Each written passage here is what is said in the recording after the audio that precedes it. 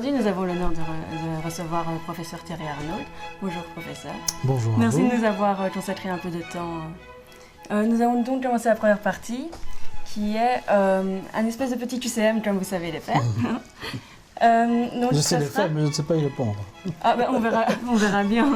C'est pas... Très honnêtement, c'est moins dur que les vôtres. D'accord. Ah oui, ça c'est évidemment 3 endroits prestigieux. Sur les 3, je ne connais que Harvard pour y être allé. Les autres, évidemment, c'est de réputation, Yale et Oxford. Il est évident que c'est des endroits qui se valent, c'est des endroits prestigieux. C'est des endroits qui, quand on y passe, on garde un souvenir, parfois un souvenir nostalgique de son passé, là, parce que il n'y a rien à faire. Ce sont des grandes universités où beaucoup de choses se passent bien, le financement est bon, la recherche est excellente. Il y a tout un climat, un micro-environnement qui fait que l'on se sent porté. Et qu'est-ce que vous êtes allé faire Mon post-doctorat, pendant 2 ans et demi dans un hôpital affilié à Harvard. J'ai travaillé sur la polykystose rénale. Alors, je travaillais sur 2 protéines qui étaient mutées dans ce qui génère des cystes au niveau rénal. Au printemps suivant, le ciel irlandais. Alors voilà. Oh là là, quoi, le bunker, un endroit pour dormir et l'auditoire que je reconnais qui doit être le PA01. Oh, je vais prendre le PA01, ça c'est... Le bunker, c'est pas mon truc, ça je vous le dis tout de suite. Vous n'étiez pas fêtard Je n'étais pas fêtard. Je crois que je suis allé une seule fois au bunker, c'était lors d'une occasion télévie, c'était à midi pour manger un sandwich. Et c'était plus une visite des lieux, donc je n'ai jamais mis les pieds au bunker en tant qu'étudiant pour festoyer. Par contre, au PA01, oui, j'y ai mis les pieds plus d'une fois, comme vous le savez. Et voilà. Donc...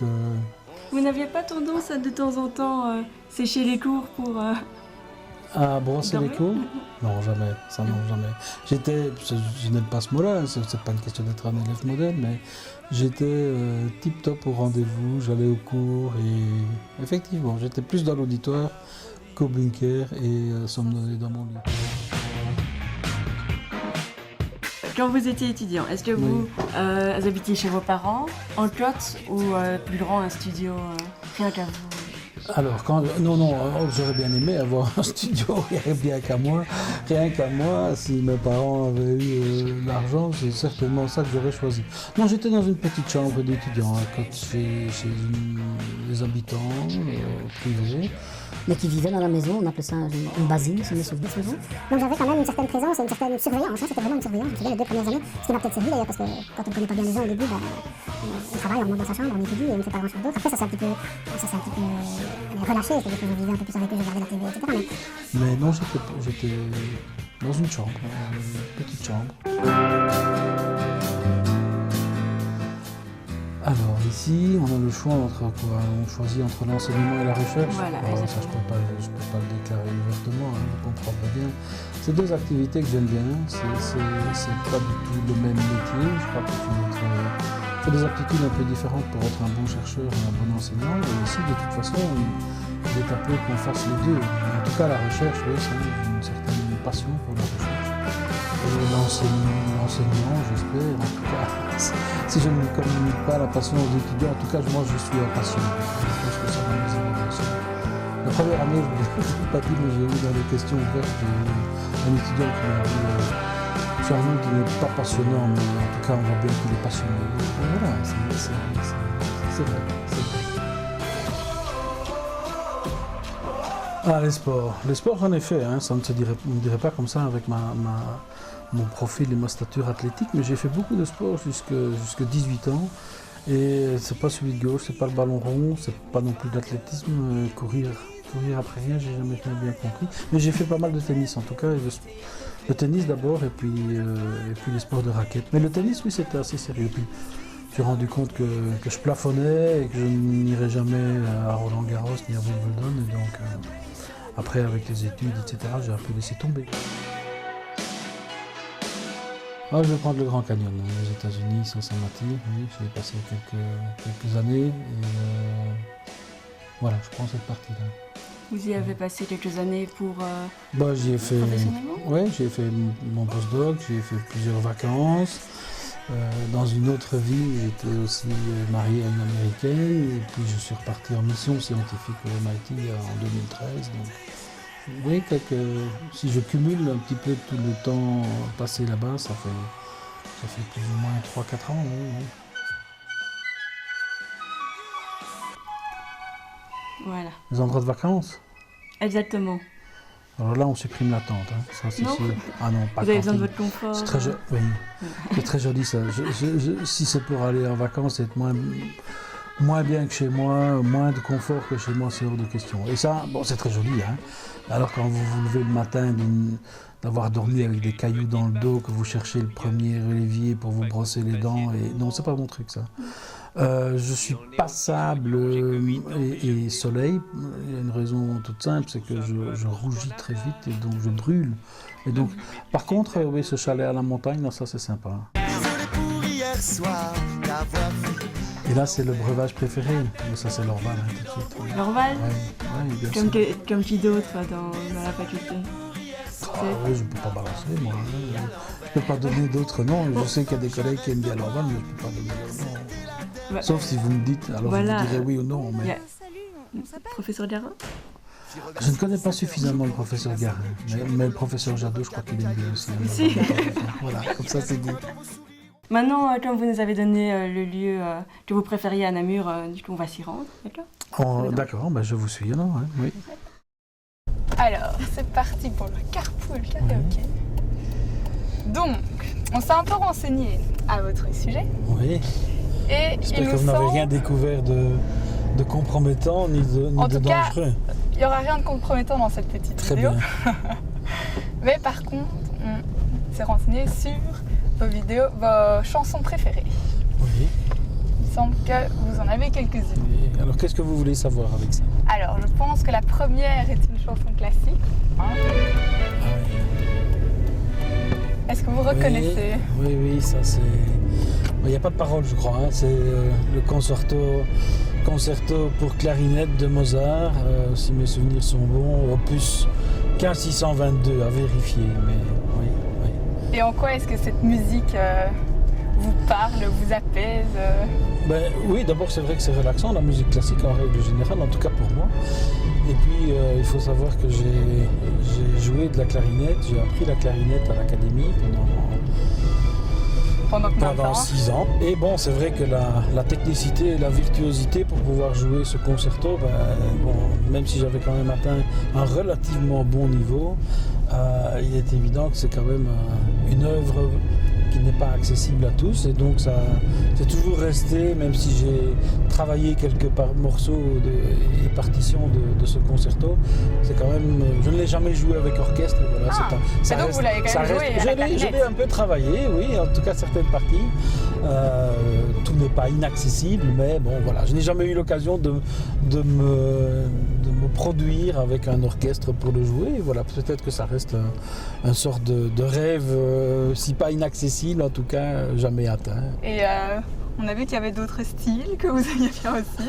Ah oui, je ne suis pas sectaire, hein, pas du tout. Il y a des musiques que je n'écoute pas, hein, l'électro-techno, l'électro-techno rave party et tout ça, c'est pas trop mon truc.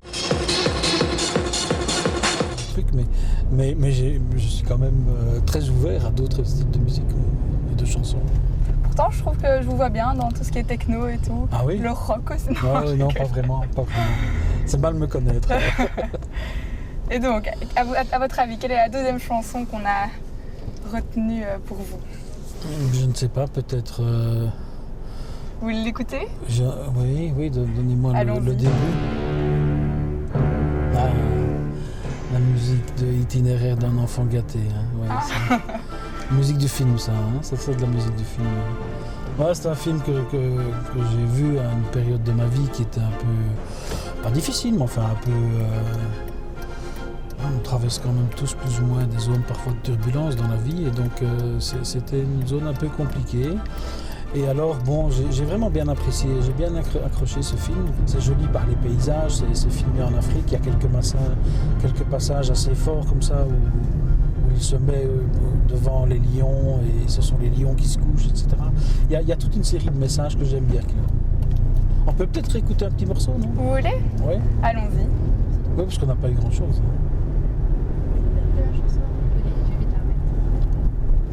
Vous aviez déjà préparé la suivante. Oui. Et on a la petite pub en prime.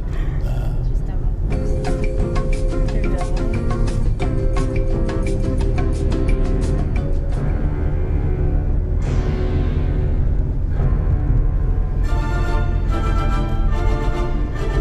À voir. Voilà. Mais si vous n'avez jamais vu ce film, Itinéraire d'un enfant gâté, vous l'avez jamais vu?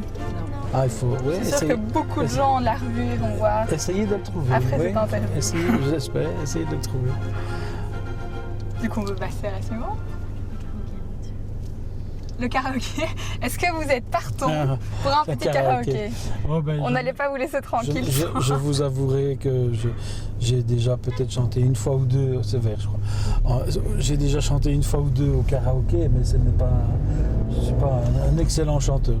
Dis-moi que si tu es là, ce n'est pas juste pour mes jolis yeux. Dis-moi ça et ça, il y a d'autres raisons qui te rendent heureux. Dis-moi si tu aimes bien nos paresses et nos matins d'amoureux. Alors encore une. Dis-moi que c'est un début, mais que tu vois déjà la suite à deux. Dis-moi que je suis la seule. Donc ça vous parle quand même, manifestement. Ah oui, oui. Plus que Mozart et Itinéraire d'un enfant gâté. Elle a fait Danse avec les stars. D'accord. D'accord. Vous voulez pas faire le refrain? C'est quand même la plus chouette partie. Allez, laissons jusqu'au refrain, si ça vous dérange pas. Non, non, du tout.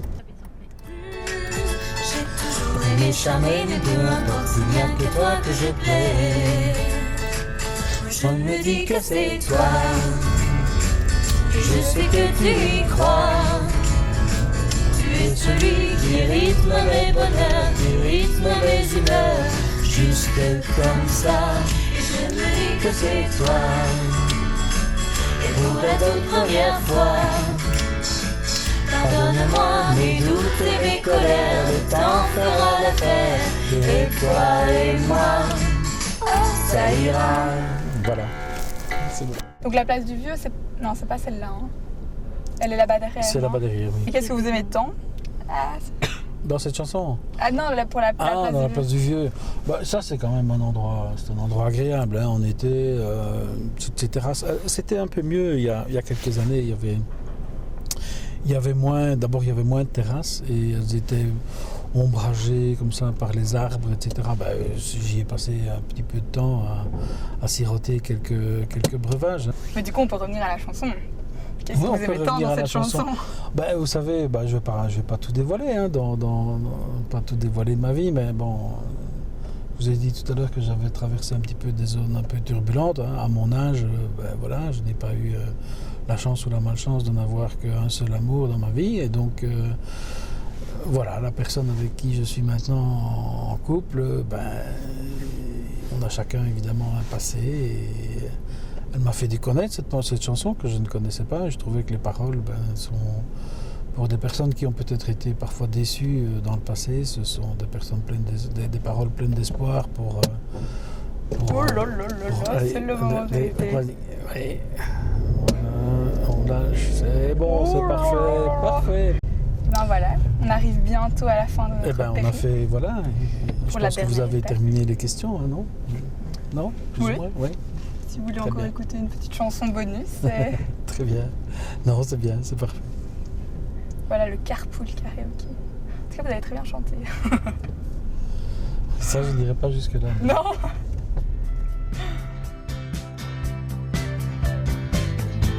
In winter their lips sleep. In spring they lie flat at the first one. They ruined my summer.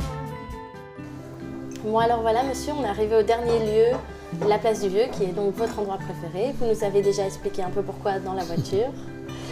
Et donc maintenant, on a fait quelques interviews avec des étudiants ce matin et un professeur mystère. Aïe, Et on leur a posé quelques questions et donc on va vous montrer le résultat et vous demander un peu ce que vous en pensez.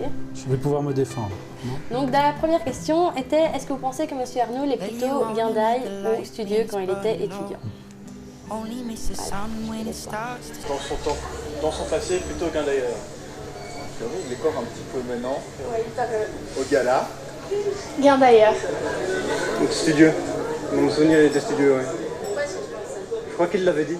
Gros guindailleur. Guindailleur, ouais. Moi, c'est vrai comme ça, c'est un gros guindailleur. Je sais pas, il a bien l'allure du mec qui boit beaucoup et qui aime bien vivre. Oui, qui aime bien vivre, ouais, ça, ouais. Boire, ça se voit. Hein. Je veux son nom à celui-là. J'étais surtout plus mince. Ok, alors qu'en était-il en vrai? Non, donc je n'ai jamais été un grand guindailleur. Ça non, maintenant j'avais mes endroits de sortie, mais avec 4-5 étudiants comme ça, très raisonnable. J'aime mieux ce genre, voilà, ça c'est ma guindaille, quoi. Passer une soirée comme ça, calme. Mais jamais en tablier de guindaille, jamais à me faire insulter, à humilier. Non, jamais. Je vous ai dit tout à l'heure, je ne suis jamais allé au bunker. Et je crois que ce qui m'a sauvé tout au début, c'est, je me souviens, la première année, j'avais été à la messe de rentrée à la cathédrale Saint-Aubin, et puis à la fin, des étudiants des années supérieures qui essayent de capturer les bleus et les nouveaux. Et donc, il m'avait dit, toi, tu es en première année. Moi, avec un aplomb et un mensonge terrible, j'avais dit, non, moi, je suis en deuxième. Donc, on m'a fait passer, je n'ai pas été ni peinture dorée, ni repris dans les farandoles, etc., etc. Et le professeur Poumet a tout à fait raison, j'ai été plus mince que ce que je ne suis maintenant. Mais ça, hélas, je ne choisis pas et je ne fais peut-être pas grand-chose pour conserver ma silhouette. Voilà.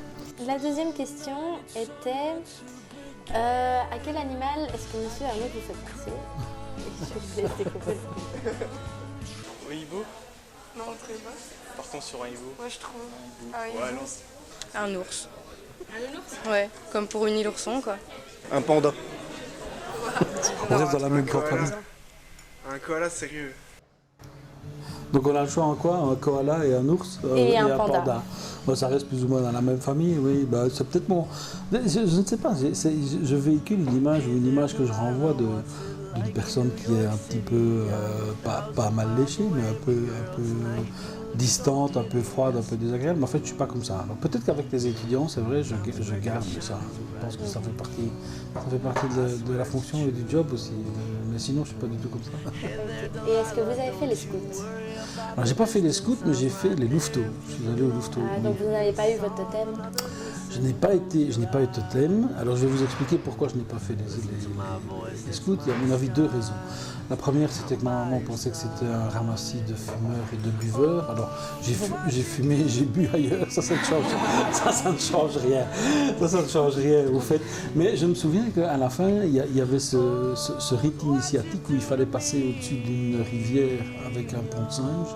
Cette rivière était en crue, donc très effrayante. Vous voyez ce que c'est un pont de singe, hein, entre deux cordes, sans être trop assuré. Je crois que je suis assez couillon, hein, et donc je n'ai pas osé passer cette rivière, et donc je n'ai pas fait mon passage chez les scouts.